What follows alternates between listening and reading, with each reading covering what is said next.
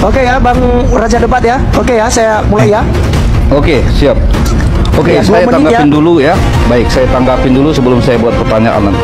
Jadi inilah Islam teman-teman ya, sebagaimana termaktub di dalam surah Al-Baqarah ayat 8. Di sana jelas dikatakan, sesungguhnya kami beriman kepada Allah. Oke. Tetapi Allahnya langsung menjawab, sesungguhnya mereka bukanlah orang-orang yang beriman kepada Allah. Apa poin yang ingin saya sampaikan dari surah Al-Baqarah ayat 8 ini? Faktanya, apa yang termaktub di dalam ayat Al-Quran itu, mereka ini berusaha menghindar dari makna yang sesungguhnya di dalam ayat Al-Quran. Jadi mereka ini sesungguhnya golongan-golongan munafikun. Maka di dalam surat Ali Imran ayat 7 juga jelas dikatakan bahwa barang siapa mentakwil-takwil yang tidak sesuai dengan ayat Al-Quran, sesungguhnya mereka golongan orang tersesat. Jadi kita buktikan teman-teman bahwa mereka ini sesungguhnya bukanlah umatnya Allah, tetapi mereka mengaku-ngaku berfirman kepada Allah. Sesungguhnya mereka bukan berfirman kepada Allah, karena mereka menyangkal bagaimana mungkin sekelas Juma mengatakan sholawat itu bukan berdoa. Bahkan kalaupun kita mengikuti kata pujian, siapa yang layak dipuji? Tentulah yang maha tinggi, yaitu Tuhan. Bagaimana mungkin yang maha tinggi memuji yang maha rendah? Ini sangat munafikun dan mengkhianati ayat-ayat Al-Quran. Oke? Nah sekarang saya mau bertanya nanti kepada Anda. Ini hal yang sederhana tetapi sedikit menikam sebenarnya. Tunjukkan nanti sama saya sekata saja. Ingat nih teman-teman, tunjukkan kepada saya tantang seluruh Islam di muka dunia ini. Tunjukkan sama saya sekata saja ada perkataan Allahmu di dalam Al-Quran. Ya, sekata saja ada perkataan Allahmu kepada Muhammad di dalam Al-Quran. Kalau ada nanti saya akan mualaf teman-teman.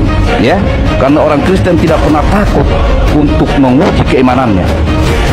Itu pertanyaan saya, nanti tolong kamu jawab. Dan kalau masalah tentang sholawat, itu sudah jelas Allahmu berdua kepada Muhammad. Oke. Bagaimana data saya sudah tunjukkan. Terima kasih. Oke, habis waktu. Cuma saya kasih waktu buat Anda untuk ini ya, untuk menjawab 5 menit. Nanti demikian juga selanjutnya. Oke, baik. Saya besarkan Anda.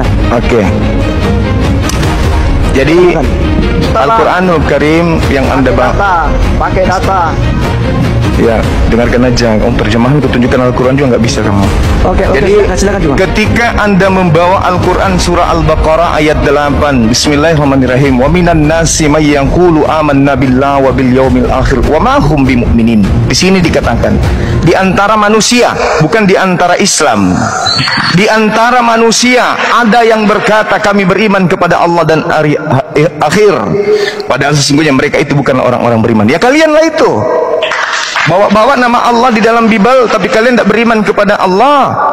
Bawa-bawa nama Yesus, tapi kalian tidak beriman kepada Yesus. Yang kalian imani itu ajaran Roma, Yunani. Oke? Itulah kalian yang kena. Jadi kalau bahas Al-Quran itu jangan cuma modal terjemah. Kembali kepada tema kita. Rasulullah Muhammad sallallahu alaihi wasallam itu dijamin surga oleh Allah. Surga sudah dijamin oleh Allah kepada beliau, jadi tidak perlu kemudian lagi dia didoakan. Kami bersalawat untuk kembali kepada kami. Barang siapa bersalawat kepadaku, maka Allah akan mengangkat derajatnya. Itu untuk kami. Makanya kami bersalawat. Inna fatahna laka fatahna mubina. Sungguh kami telah memberikan kepadamu kemenangan yang nyata. Pada siapa ini? Baginda Rasul Muhammad sallallahu alaihi wasallam dan kaumnya. Itu yang perlu Anda pahami dengan baik. Lalu Allah Subhanahu wa taala mengatakan apa kepada baginda Rasul Muhammad sallallahu alaihi wasallam? Beliau dijamin surga. Beliau diberikan telaga. Beliau kemudian tak ada manusia di atas muka bumi ini yang akan masuk surga sebelum beliau. Jadi tak ada dalil yang Anda bisa jadikan rujukan untuk menghujat Rasulullah dengan mengatakan bahwa beliau itu didoakan, diselawatkan. Oke, paham ya? Nah, sekarang kalau kita memahami, kalau saudara-saudara memahami, di dalam kitab saudara itulah justru bertaburan doa untuk Yesus.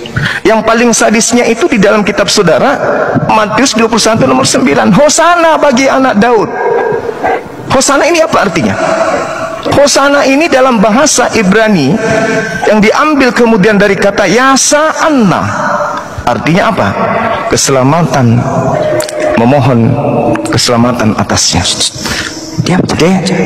Jadi Anna dalam bahasa Ibrani itu artinya mengemis atau memohon atau memelas.